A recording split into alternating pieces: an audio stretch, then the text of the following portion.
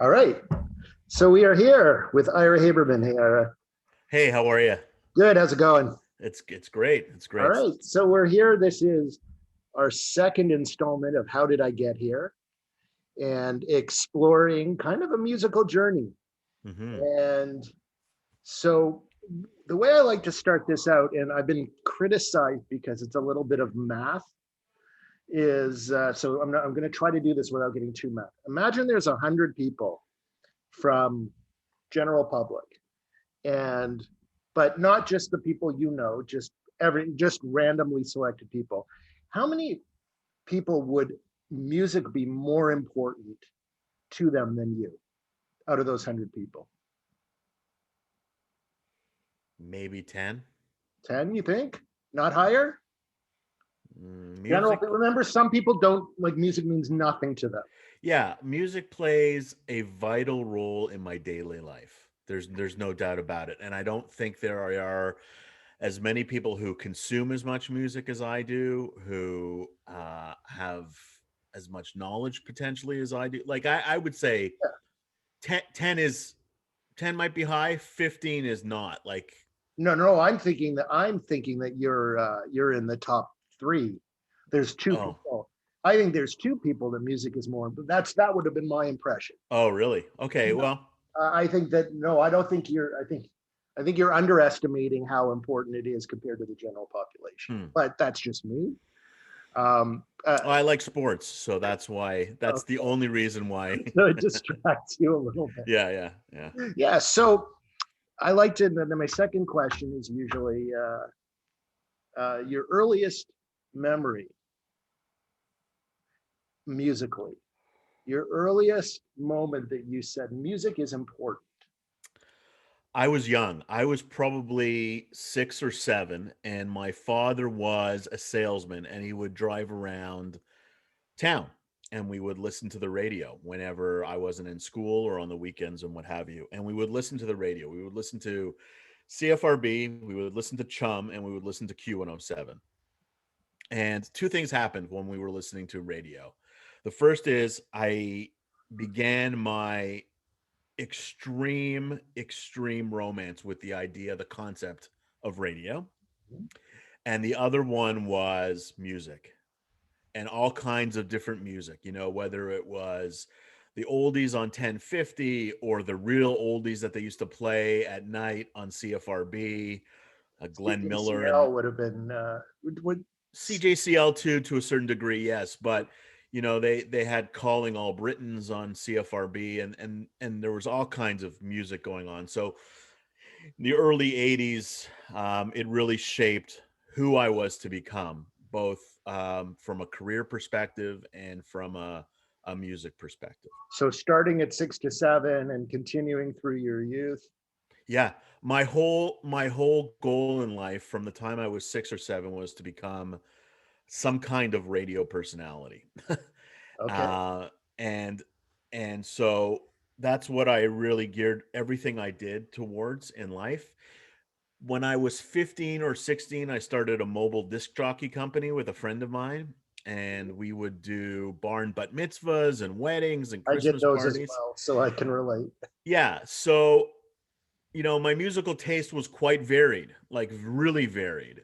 And in the I would say late 80s, early 90s, I was listening to a lot of pop music and a lot of hip hop. I went to a school where hip hop was a big deal, and I was trying to fit in. And then there was a shift in my musical preferences. Okay, so hold Uh, on. Hold that thought. Hold that thought. okay, yeah, yeah. I want to figure out where you are now. So what's your most recent musical, something that happened to you musically important? Uh, Well, I do this podcast, the Sound Podcast, the which I sound don't. podcast. By the way, I don't think I introduced you as the Oh, it's okay. It's all the right. host and something Executive producer. executive producer of the Sound Podcast. Mm-hmm. Mm-hmm. So that's your most recent. Yeah. So after spending a career in radio, a lengthy career in radio, I started this podcast 4 years ago now. and it really is an embodiment of who I am and what I do and what I listen to.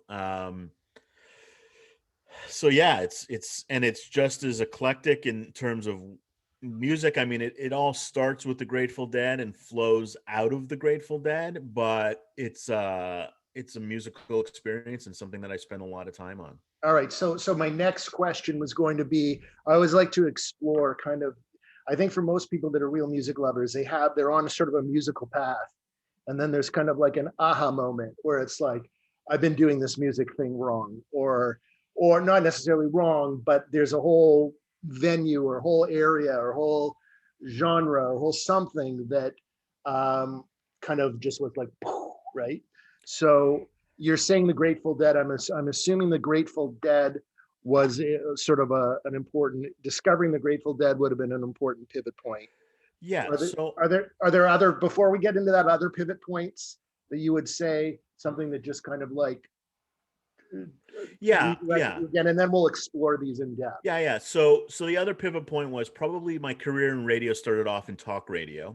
right? So I spent a lot of time at I spent some time at the Fan, and I spent some time at Talk 640, and I spent some time at CFRB, all behind the scenes and mostly dealing with talk radio. Right. Um, but then I had an opportunity to go back to a more corporate role at Chorus Entertainment in the radio group, where I was producing radio programming, and it was primarily music programming for all of Chorus's radio stations. Okay. So I was producing national content. I was producing the ongoing history of new music with Alan Cross, Yeah. Legends of Classic Rock with Jeff Woods on Q107. Right. I produced country stuff. We produced, world album premieres. So this was an opening of Yeah, all and new areas for you. all areas, and it was professional. Like I had to be on top of my game, and I had to know who the record labels were, who all the players were, who management was, and so it opened up a periphery of and a ton of music into my life that I never thought would have happened. So driving around with a salesman, Yes, father. yes, So what comes next? Grateful Dead or Chorus? Grateful Dead. Grateful Dead. Yeah, And would you say, I know that you're big into the jam band scene, so that's an outflowing from Grateful Dead, yes, exactly. and then Chorus is like, hold on, it's not just the Grateful Dead. There's a whole world that I wasn't exploring. Yeah, to a certain degree. So I'll tell you that I can pinpoint the exact date for you when it flipped to the Grateful Dead. Okay. So we were on a family vacation. I was 16 years old in 1991, December of 91. And um, we had been in LA for a family wedding, and we decided to go. Well, we didn't decide. My parents decided that they wanted to go to San Francisco. So we drove up the coast, and we went for brunch with a first cousin of mine and her fiance or boyfriend at the time, and they had run away from home and joined the circus. They were on tour with the Grateful Dead. Right. And this was an opportunity for my mom to check How in old were on. you? I was 16 Okay. and my cousin was about 21. So she was All the right. cool, really cool cousin. Right. And I had known about the Grateful Dead and I had listened to their greatest hits or whatever, but I wasn't a huge fan by any stretch of the imagination. So we go out to brunch, and they were in Oakland, or they were in San Francisco / Oakland to see the Grateful Dead. It was their New Year's run of 1991, and they always did their New Year's run in San Francisco or Oakland. And she said, we have an extra ticket for December 28th, 1991 at brunch. And I said, oh my God, I want to go. And we went, and my parents gave me permission to go, and I went, and I spent the entire day doing Grateful Dead fan type stuff, like preparing for the show, getting in line to give our my cousin's boyfriend's tape deck to somebody to tape the show, walking around the parking lot, eventually getting in the show, and I was just overcome by the scene. That was the first thing. All of these people loved what they were doing like nobody else. They all loved being there. And then the music started. And the first song the Grateful Dead played that night was One More Saturday Night, and it's a fast rock and roll type tune, and I was ecstatic. So But much so did you that I know the was song? Did you know sorry. the song? Did you know I this didn't song? know that song. I knew the second But song. it captured you. It captivated me Good. absolutely, and the energy of the room captivated me. And then I knew the second song, which was Jack Straw, and I started to sing along. Okay. And I was a little bit inebriated. Oh, it Okay. was the first time that I had experimented with certain things that night. 16 years old and 16 years old, yeah, on a family vacation, and here I am experimenting with things. And I started to sing along, and I remember the gentleman beside me specifically saying, "Hey, man, let Jerry sing." And so I stopped that singing. stuck with you for the rest of Yeah, your forever. So show ended. I was like over the moon. My dad actually picked me up from the venue, which was the Oakland Alameda County Coliseum. Mhm. And I was starving, and we got a pizza right away, Yeah. and I didn't explain why. I devoured the pizza, Yeah. and my life went on after that. But that opened up a whole world that I became extremely passionate about. Okay. So if I could just slow you down for a second, because there's Yeah. something interesting that I'd like to explore a little bit. When Yep. you were talking earlier about the hip hop scene at your high school, you used the words fitting in, right? Yeah. Use the words fitting in. So music, the hip hop, I'm imagining that fitting in um, through music was something that was very important to you. And I'm noticing again here where you're kind of describing the Grateful Dead scene is like everybody belonged, everybody was there, everybody was like, and I think fitting in is probably a word that may be a little bit thematic here. Do you think that fitting in is part of what grabbed you there? Maybe early on, Am I maybe overthinking it? you are overthinking it, but I think early on it was hip hop was a way to survive in the circumstance that I was in. Right. So I was in a public school for the first time in my life in high school. Yeah. I didn't know a lot of people, and it was a pretty rough school. Like Mhm. for a young Jewish kid, I went to a pretty rough school. Right. And so it was definitely a way of fitting in and being able to converse with people about stuff. Right. The Grateful Dead, as a 16-year-old, wasn't cool necessarily. And I was a bit young to be one of the cool guys that listened to the Grateful Dead. And so I was an outcast. When I went back to school, when I went back to high school and started telling people about the Grateful Dead when I was 16, and I was starting to discover all of these other bands like Blues Traveler and Fish and Dave Matthews Band. People didn't care about the music I was listening to. Very few. I had one very good friend in high school who I used to give tapes to of Grateful Dead concerts, and we're still friends today. Um, but there were very few people who got it. They thought that I was the kid in Birkenstocks and tie dye that was a freak, and so I didn't fit in. It was almost the opposite of helping you fit in. It made you a little Correct. bit Yeah, of an outcast. a bit of an outcast. Now there were a handful of people that got it and were into it, but majority of the people weren't. And my friends that I had previous to high school that I was still friends with definitely didn't get it. Mhm. Definitely would make fun of me, and would call me names and drug culture and all of that, which I wasn't really into at all. Yeah. But I was a bit of an outcast. Mhm. Luckily, my charm and personality kept me going. Of course. Of course. Not my musical taste. Right. So then and here's another thing that I kind of wanted to explore with you before when I was thinking about this is bringing you forward to the podcast. Um, one of the features that I found really interesting is, and there's a wording that you use in your title: 7 songs you should be listening to. Okay. Yeah. So when I hear the word that you should be doing something, I'm thinking this can be coming from a number of different angles, right? First angle is I am superior than you, and this is what you should be doing. Can be coming from a I have knowledge and it fills me up so much inside that I want to share this with you. That's another option. And then you talked about telling when I was telling people about Grateful Dead. And here you're telling people what they should be listening to. And if again, trying to search for themes, and sometimes I do it correctly and sometimes I don't, you having a desire to tell people or inform people of what you have, where is that coming from? Like, what does that mean to you? What is it about you?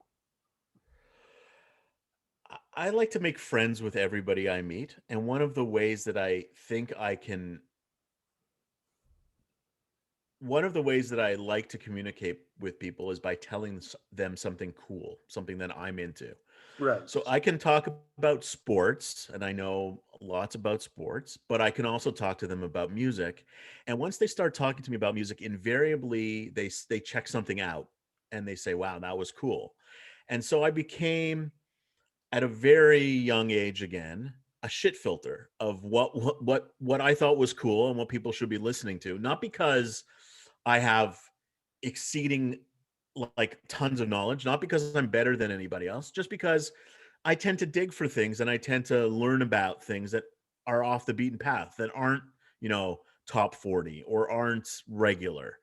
And so I started sharing this stuff with people and finding an audience and for. finding an audience for it. And one of the things that people said about my podcast was, it's great that you interview musicians, but we want more Ira. We want to know what Ira's thinking about and what Ira's listening to, not just what bands are listening to. And Right, so I started that thing, 7 Things You Should Be Listening to, because it was an opportunity for me to showcase some bands that we wouldn't necessarily devote a half an hour to, but it was also an opportunity for me to share a lot of great music that otherwise wouldn't get heard. right, And that's why we do that series. right. Like I know, like I'm a big music sharer. I want to share. I want people, and for me, it's because I get so filled with joy.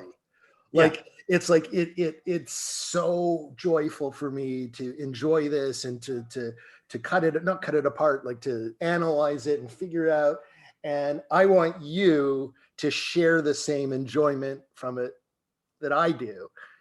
So are you feeling a kindred to what I'm saying? Yeah, 100%. And it goes back, by the way, it goes back to when I was 6 years old and these disc jockeys would come on. And I didn't know at the time how radio worked. I just thought, oh, that guy really likes this record. That's why he's playing it. And he wants me to hear it. Right, Or, WKRP in Cincinnati. Oh, right, Johnny Fever really likes this record. That's why I'm playing it. I didn't know how things really worked in radio then. I found out much later. right, But I thought, wow, this guy has a voice out of this box and he's telling people what's cool. I want to be that guy. right. And so another thing that I'm interested in is the religious fervor that Grateful Dead fans, and then by extension, some of the jam band fans, there's almost a religious devotion that's a little bit strange to me because I love what I love. Um, and I'm going to let you know if there's something I think you know, but I don't really care if you latch onto it. And I've noticed with a lot of Grateful Dead people, It's messianic. it's like there's like a there's a lot of the memes going around with the knocking on the door and saying, "Can I tell you about the Grateful Dead?" But those memes don't seem too far off from the truth of what goes on. So, what are your? I'd like to know your thoughts on that. Yeah, I think one of the reasons why, as a Jewish person, I'm so connected to the Grateful Dead is because it provides the same sort of community that my Judaism and my culture provides to me. Right, And so the cultural phenomenon of the Grateful Dead is as important, if not more important, than the music itself. Um, the other thing about it is that I think Deadheads are so proud of the community and the music that they listen to that they want to share it with people. And that's where I think it starts and it ends. Now, um, there are some of us, and particularly in this group, that are more passionate than others. Yes. And but there are some very passive, Grateful Dead Yes. Yes. fans Yeah. that No. No question about it. yeah, but I think it comes from that same place of passion and excitement around this band and other bands of their ilk. Like, the thing about Fish, as another example, another band that I'm into, is they sound nothing like the Grateful Dead, right? The Grateful Dead are an Americana roots-based band who got their start, like Jerry Garcia and Bob Weir were in a string band and in a jug band, and they became a rock band out of that. Mhm. Fish is more jazz centric, more based in more R&B. exploratory and artsy type stuff. Very different sonically. However, what they do have in common is huge community based fan groups. And so that's where the comparison is. Well, what And I and think orig- with and Fish, originally Fish go ahead. did cover some Grateful Dead music, but sonically they're so different that it really is about community more than it's about the comparing of the music. With just sorry, I didn't mean to interrupt you, but with No. respect to Fish, Yeah.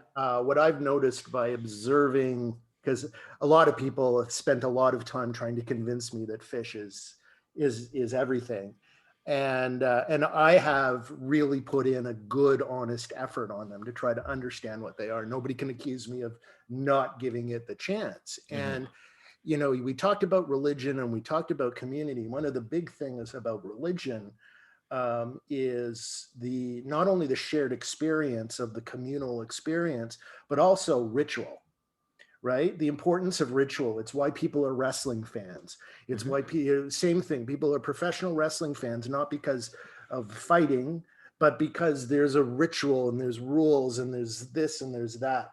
Yes. And when you watch a Fish show and you see the entire crowd responding in Harry Hood, for example, to like the Harry and the response, there's a religiousness to it. Hmm. Have you like am I you know more about this? I'd like to see your 100%, 100%. It's all about ritual. The whole thing is about ritual in much the same way that, pay-per-views at the end of the month are about ritual and wrestling, or the Super Bowl, or whatever. The right. Grateful Dead were, New Year's run, fall tour, spring tour, Halloween, their Halloween their show. Halloween show. Same Right. with Fish, right? The Halloween show, Oh, New sorry, Year's sorry. Eve. I meant Fish. Yeah, Yeah, yeah, Fish, right? yeah. The Halloween show. What band are they going to dress up as? Or in terms of New Year's run, or the 13, or the Baker's Dozen at MSG. Like, these are all signposts for the community to get involved in the ritual, and and it's because of the community that these rituals exist. If it weren't for the community, the band themselves wouldn't come up with the rituals. The band Right, themselves are concentrating on the music. It's the community that creates the ritual around the band. right. The artist creates the art, and then the audience interprets it and feels it and emotes it and does all of that sort of stuff. And I Yeah. think because for me, like when I was having problems with Fish, the musicianship is fantastic, and I always thought, well, you know what, the voices just didn't do it for me, Hmm. and it's almost like a lot of the people that were really into them either would defend the voices, which I'd never understood, but that's fine. That's their business. But it's almost like you're missing the point. And to me, it was like, again, going back to wrestling as a religion or whatever. It's like people coming up to you and saying it's fake, and you're going, you're missing the damn point, right? Right. And so when I was talking about their voice, I'm like, I think that a lot of people were saying to me, hey, you're missing the damn point. And I think we're more on to something here about the community. And I've never been to a show, so I don't know what it's like. And but I can imagine, I watched a little bit of their last shows over at in Mexico just before the pandemic hit, Yeah. and you're seeing all of these people just sort of like like they're literally archetypes Yes. of people dancing and doing and responding in a predictable way, and it's very comforting.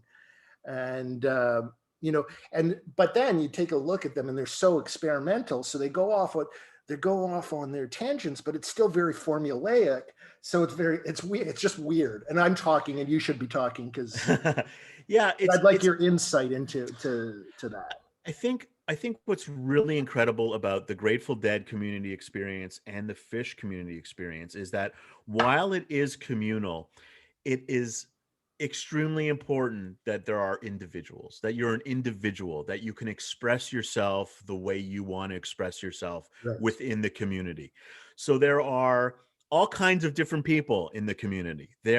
Like, let's take the Grateful Dead community as an example, and I don't want to generalize too much, but there are the people that drop acid at shows. There Right. are the people that smoke weed at shows. There are people that are spinning. And I don't know if you know what spinners are, but the people who dance and twirl around in circles by themselves Yes, and are yes. probably higher than kites. Right. There are those people. There are people who do no drugs at all, that are straight edge, that Right. just go for the music. And I was one of those for almost my entire career, going to Grateful Dead shows. Right. And so but everybody's welcome, no matter who you are. Right. You're welcome in this community. And so from that perspective, it's very welcoming because you can be an individual, but you can still be part of the community. And so I think that's a powerful situation for people who are trying to learn about culture and music and everything else. Right. So then you get into Fish, and then you get into you know, other offshoots of the jam band experience. You're big into, I know, Goose and Spafford Yeah, and that's those more people who recently. Yeah. I never would have heard of. They might have shown up on, I use Spotify, and their algorithms sometimes get Yeah. things to me. But if it wasn't for you, I never would have heard of those things. Mo and I did know Humphreys McGee. That one I did know. Yeah. But it's like it's this whole area that's worth exploring, and there's a lot of negativity from people that aren't in it. A lot of it comes from, I think, people that want more structured music. Um, there's a bit of a you kind of have to have a bit of a personality type to dig in my opinion. 100%. Because So if there's you want 3 minute, 5 minute structured songs, beginning, middle, end, you know, when I was doing my exploration of the Fish, I was driving for a long time, and I can't remember which song it was, but they play one song, and then I go and I think they're into song two and song three and song four. And then 25 minutes later, they come back to the original thing. I'm like, I thought did I return? Oh no, it's just the same song, right? And it's like variations on a theme. It's very jazz like, although the music's not exactly jazz, but it's a jazz concept. And I'm talking way too much, so right. Well, I told my therapist that the reason I'm into the music that that's I'm not what into, I am.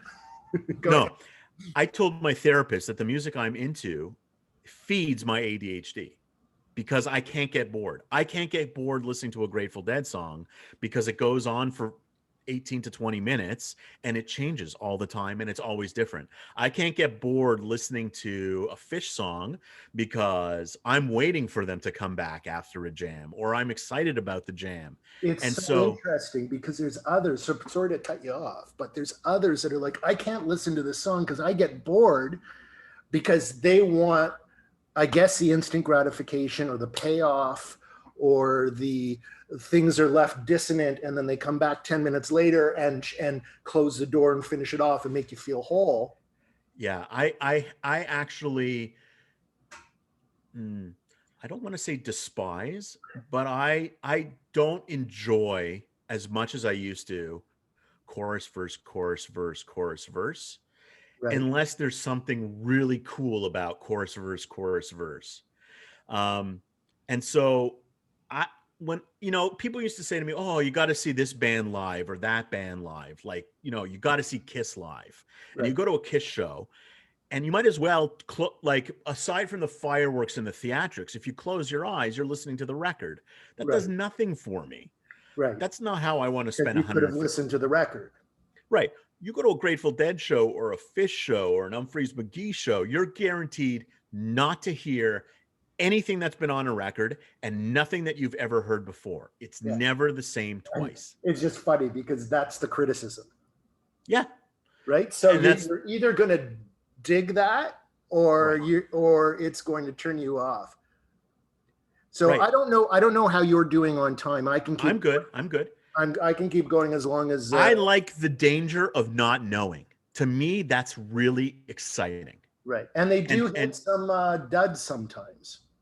yeah, absolutely. And people and the other thing is some people think it's a dud. Like a lot of people point to in our group at least, Toronto. in this amazing music past and present, point to the Fish show in Toronto from 2 summers ago and say it was terrible. And I say, no, but I got something out of it that was very different from other people. And so I enjoyed the experimentation. I enjoyed some of the new songs that I hadn't heard because it wasn't the same old. And so that's what Interesting. that kind of music, that's what jam and improv afford you. It Right. really is jazz Right. more Well, than I anything. mean, and it's very much like some people would like to go to Second City and watch them Yes. riff on something, and some people would rather just watch A sitcom. a sitcom, right? And you know, How I Met Your Mother is the funniest thing on the planet, as opposed to Middleditch and Schwartz. That it's like some people are just going to get Middleditch and Schwartz, and some Right. people are going to get How I Met Your Mother or Big Bang Theory,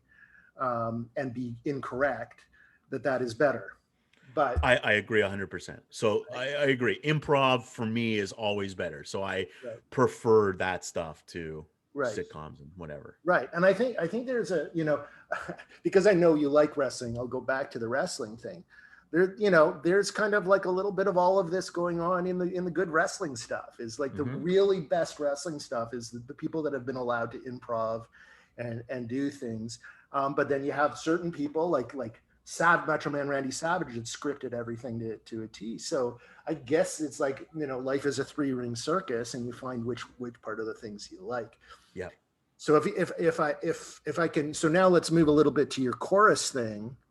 Is there any link, segue, or anything that connects you from the Grateful Dead to your experience of chorus? Or are they entirely independent and it was a pure just here's a whole new area thing?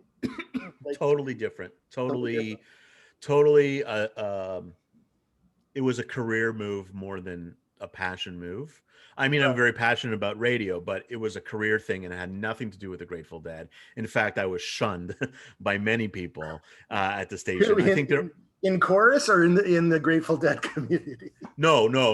In chorus, in chorus. Okay, okay. No, people in the Grateful Dead community They're were like, always whatever, like, man, do your thing. why, why can't we get more Grateful Dead on Q107 Right, or, right, right. things like that.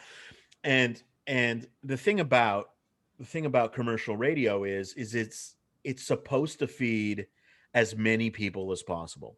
Like that's the whole idea of commercial radio is to have the largest audience possible to sell their advertisers shit to. Sure, sure. So the Grateful Dead doesn't fit. And as one person once told me, a boss that I had, he said, if the band can't fill a stadium, we're probably not going to play it on the radio stations.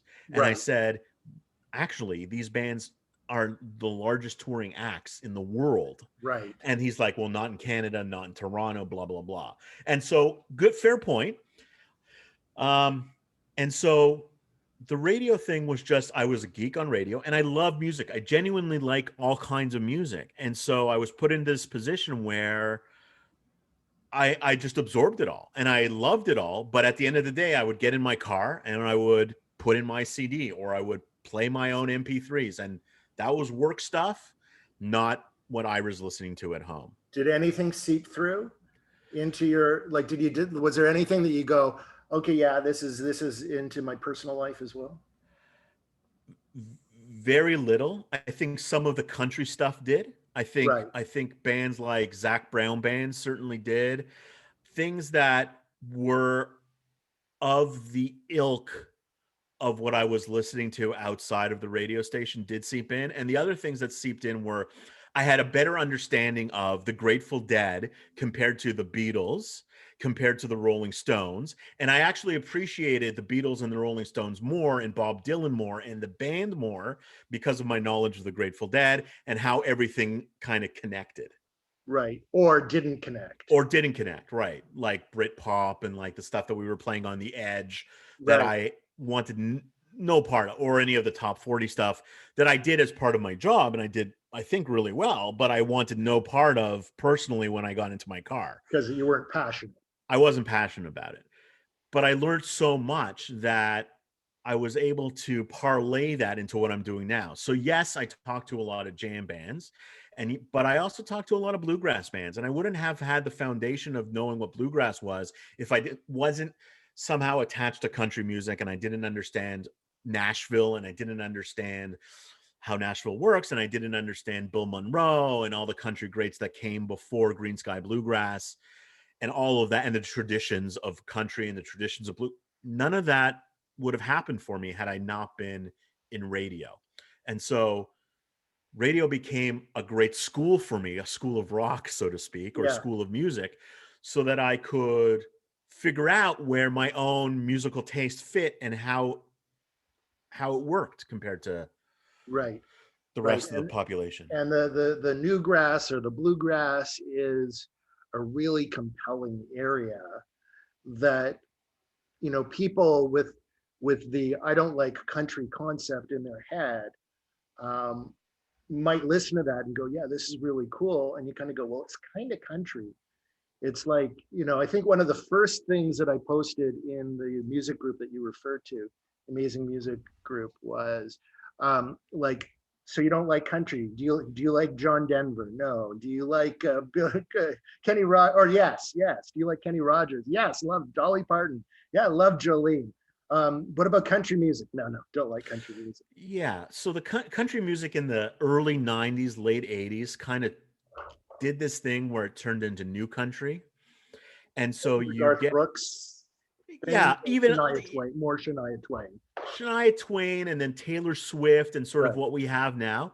But, you know, if you listen to George Jones or Merle Haggard, they're just rock guys that play different instruments than Led Zeppelin. Like, Even Roy Clark, and even yeah, going all back of a that little stuff, you further. Yeah. know? And so to me, you know, I love the Allman Brothers band. There would be no Allman Brothers if George Jones didn't exist, if Merle Haggard didn't exist, if Willie Nelson didn't exist. There'd be no Right. Leonard Skinner if country music didn't exist. So Right. for me, being into that kind of music means that I can justify or understand why I listen to the Grateful Dead. Like Jerry Garcia, when he first started, was in a string band, and he Right. never wanted to pick up an electric guitar. He swore off electric guitar. Right.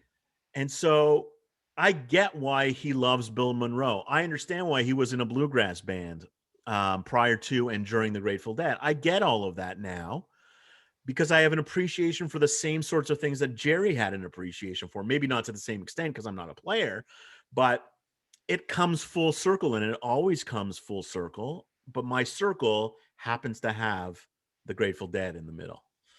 Yeah. So I mean, if you have Grateful Dead as your kind of musical foundation, um, there is one thing about them that I have learned by going into them is that you really like there was nothing that he didn't want to try to explore.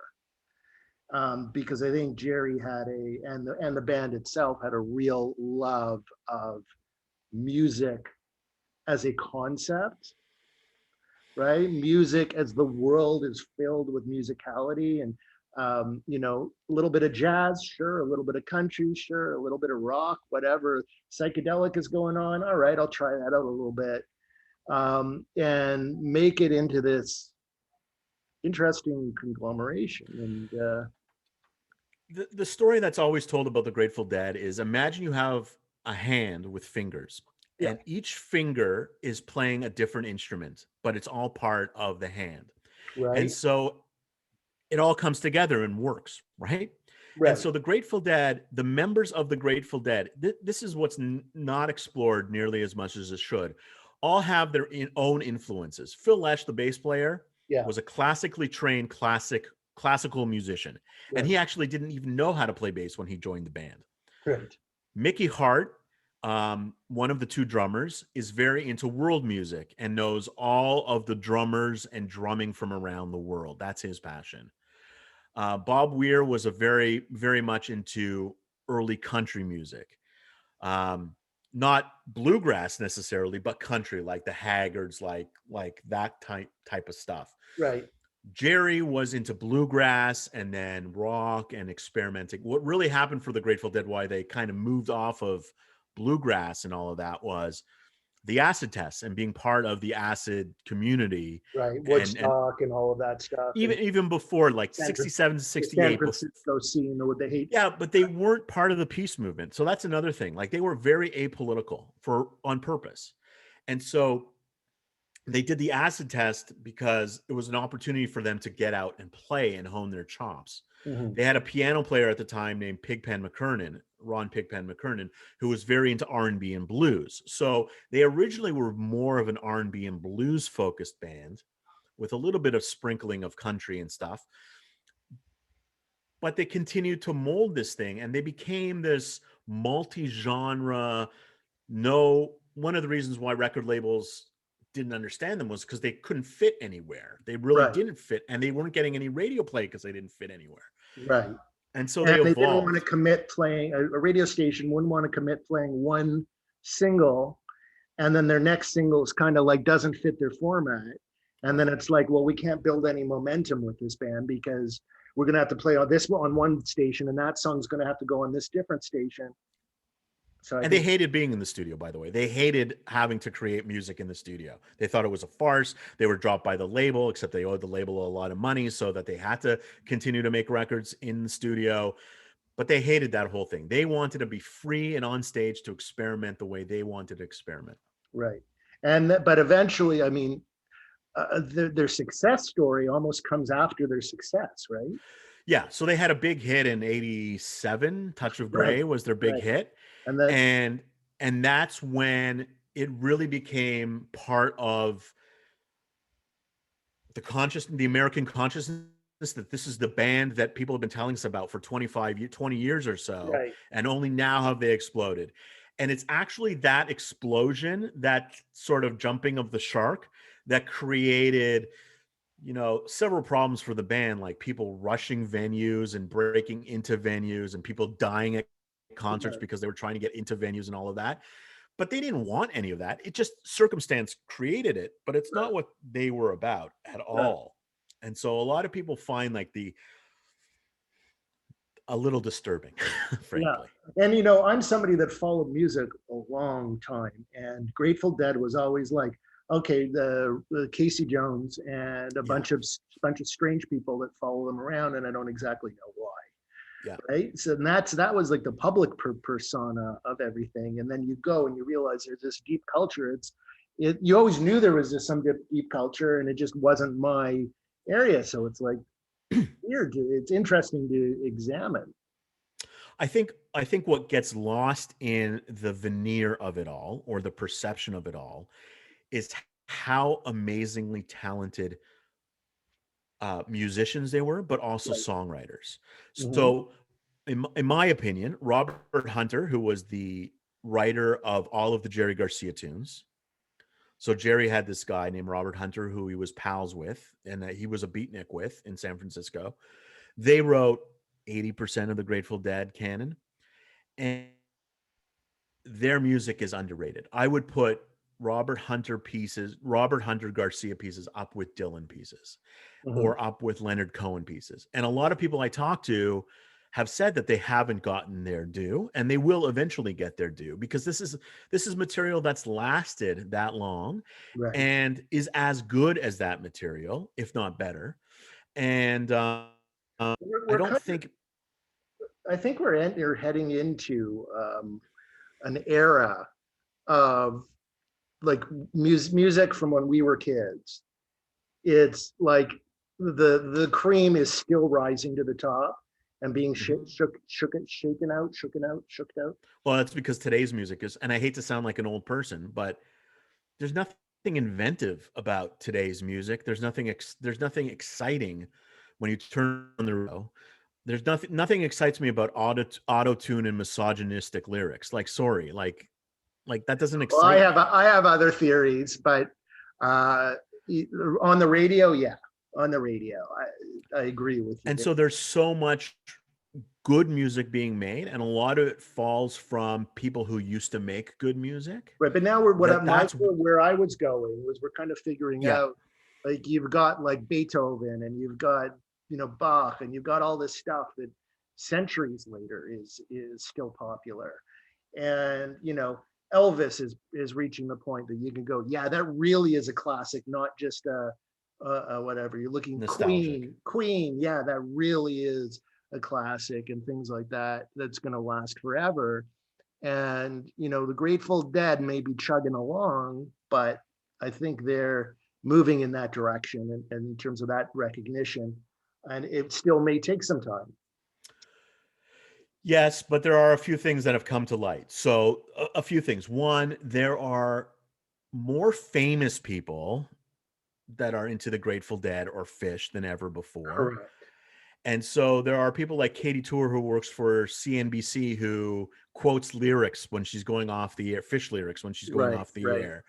The And Monday there Night are, Football or whatever the. yeah, and they play tunes and Monday Night Football. Like it's becoming part of our culture now. Like the Grateful Dead, and there's always jokes on Saturday Night Live about being Dave Matthews Band fans and stuff like that. And sometimes it's out of ridicule, but sometimes it's out of because people care about it, Or Mhm, Jimmy Fallon shows up at a Joe Russo's Almost Dead show. mhm, John Mayer joining the rest of the Grateful Dead for Dead and Company mhm. certainly opens up a huge audience to the Right, music. right. And so there are things that are happening because this music has sustained for 50 years that it's something. It's something. We don't know necessarily what it is, but Yeah. it's something. So again, going back to the music group that we've been speaking about, Yeah. early on in the music group, there were some people that are going like, I go every week to a Grateful Dead cover band show, Yeah. and it's like how could you do that? And they played the set from 07/02/ whatever 19 whatever, Yeah. and then as you listen, you go, okay, it's a jam band, so they're just going to go and they're going to jam those songs out. And it has taken time, but as somebody that is a music lover, um I always feel that if you put time into it, to something good, it's going to stick eventually, right? And sometimes you have to wear down the resistance that you have to That's what it. we do. Yeah. But whether it's metal, whether it's anything, whether it's Yeah. any jazz, whether it's something that you're just not exposed to at an early, you don't have that early driving around in a car with your dad experience that opens up, when you're more whatever. Just takes a little longer for us old guys, but eventually it can be done. But it's funny because we talked about chorus and we talked about the pivots, and somehow we got back to the Grateful Dead. So it's just clear how that's like passionate. How would your life be different without, if have you thought about how your life would be different if you hadn't gone to that concert? I would have found it anyway, You would have eventually. found it Yeah. something like it. Something would have tweaked me because I'm, while I'm the type of person that wants to fit in, I don't fit in. And so I would have been Oh, come seeking. on. You No, fit no, no. in. I know this about myself. Like I said, I go to therapy. So I would have found it one way or another. I would have found it. And there's certainly enough connections to it now at this point in my life, that I would have found it. Um, and I just find the whole thing, from the music to the community to the culture, so fascinating. But there are, not just the Grateful Dead. I find Fish fascinating, and I find what happens with Zach Brown fascinating, and I find there are alternative bands, or what, the whole ritual around trying to get Morrissey to touch your hand fascinating in the same sort of way. People are so weird. Yeah, people are weird, but there are all of these cults, and I find them fascinating. But the cults that resonate with me are the ones that, for my attention span and for my enjoyment, happen to all fit in a certain bucket for whatever reason. Right. And so moving forward, you're here, you're doing the sound podcast. Where do you see yourself musically moving towards? Like, what's happening in your relationship to music as you move forward? Yeah, so I like to say that I don't go deeper, I go wider. Oh, I'm sorry, I don't go wider, I go deeper. So for me, it's about I want to become obsessed with Bill Monroe. I want to become obsessed with Robert Johnson. I want to become obsessed with Miles Davis. Like I Right, want the band, the musicians that were introduced to me because of Fish and the Grateful Dead. right, I want that my knowledge of those bands to increase. Like Bob Dylan is another great example. I right, probably wouldn't have gotten into Bob Dylan as much as I got into Bob Dylan if it weren't for Jerry Garcia, who has been named by Bob Dylan as one of the best interpreters of his music. And right, so I like to go deeper instead of wider. And so people make fun of me a little bit. Um, but I'm very particular. I like Goose because they're a new band, but but they hit your they niche. hit they strike the right chord. And so I'm not going after a lot of new music. I'm going after the stuff that fits and fits for a very specific reason. So Goose and Spafford and I don't know, Right, Green Sky or Infamous String Dusters. They all fit in a certain way to what we do on the Sound Podcast, and really the Sound Podcast is it could be called the Ira Haberman Music Podcast. It right, really right, is an right, right, extension of what I like listening right. Of course, of course. to. Right. Whereas when I was producing the ongoing history of new music with Alan Cross or Legends of Classic Rock with Jeff Woods, Right. It's I not had a relationship with, yeah, like it was cool and it was great that I got to meet all of those amazing musicians and got to understand how it all works, but it wasn't a passion project at all for me. It was work. right. One thing that I have discovered, I kind of, again, going back to the music group, I started the music group because I would be on Facebook and then I'd post, what is everybody listening to? And then I felt like I had to wait another month and a half before I could ask that question again without people saying, hey, when it's like, no, I just like kind of had like an insatiable appetite to discover new stuff. And I'm hitting a point now where it's like, okay, well, somebody's, now recommending things like that I can't get to it for 6 weeks.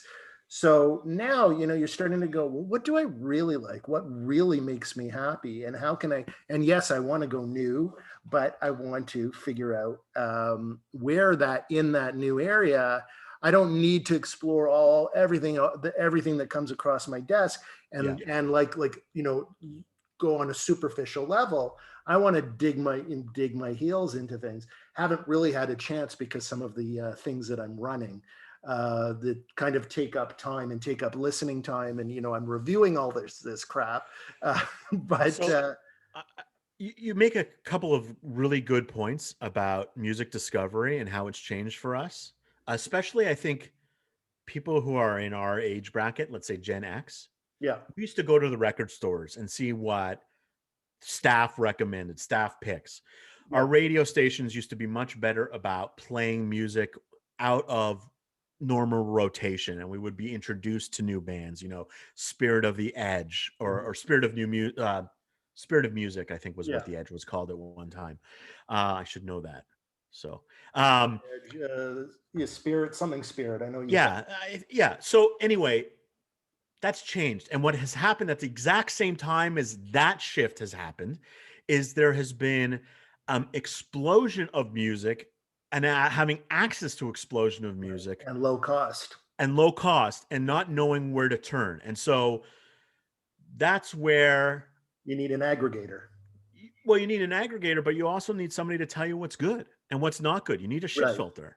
right. And some people think that I'm a great shit filter because I speak to them and tell them, okay, in this genre, in the jam band scene plus extended, this is kind of what you should be listening to. And so there are lots of me's. Like Alan Cross is a me. He just happens to do In a different in area. a different genre, right? Or Jeff Woods with classic rock, right? So there are all of these people, and that's ultimately, you know, how you find out who your disciples are or who you want to listen to music from, because they have a certain taste and they can share that taste of music with you. And so that's how you get into new music. Right. And there's so much out there. There's so much information out there. There's so much music out there.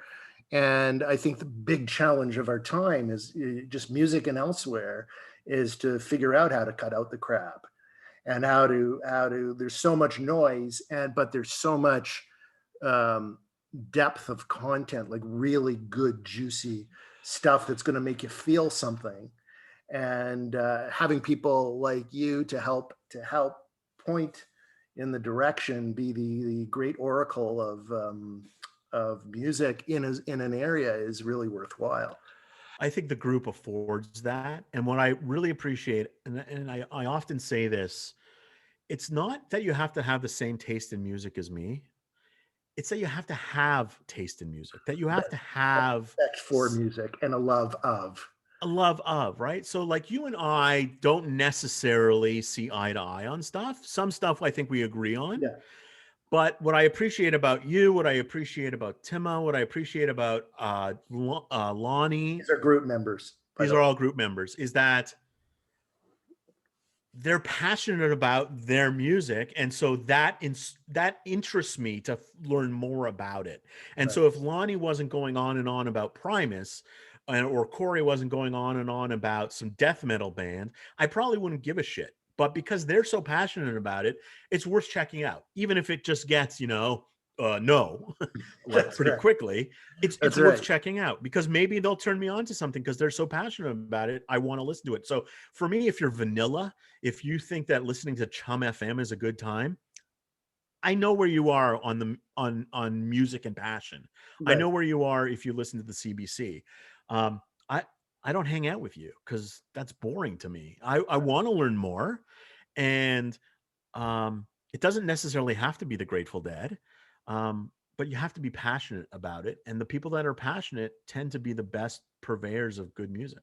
Right. And future wise with you, are you staying in this space? Are you growing this space? Where are you moving to? I have no idea.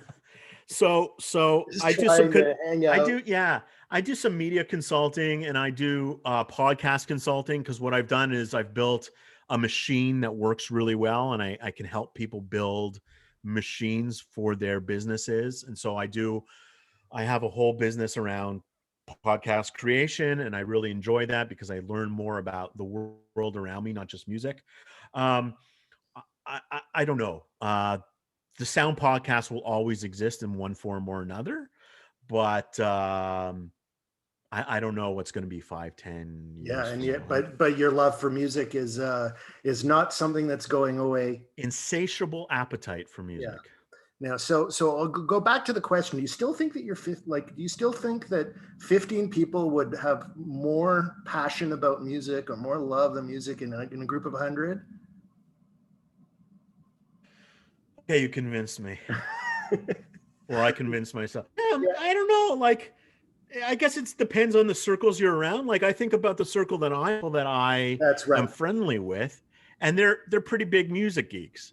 Yeah, And they're my friends because they're pretty big right, music geeks. But then right. I But there's a think lot of about people you're not friends with. like my ex-wife is not a big music geek at all, Yeah, which there maybe you go. says something, right? There you go. Um, yeah. So maybe 15's high, but I don't think between 5 and 7. I think between 5 and 7, I'm in the top. Yeah. That's fine. Okay, well, thank you so much. This was a ton of fun. It I was hope you, great. I enjoy it so much, really, truly. you know that you're used to interviewing people. How did I Yeah. do?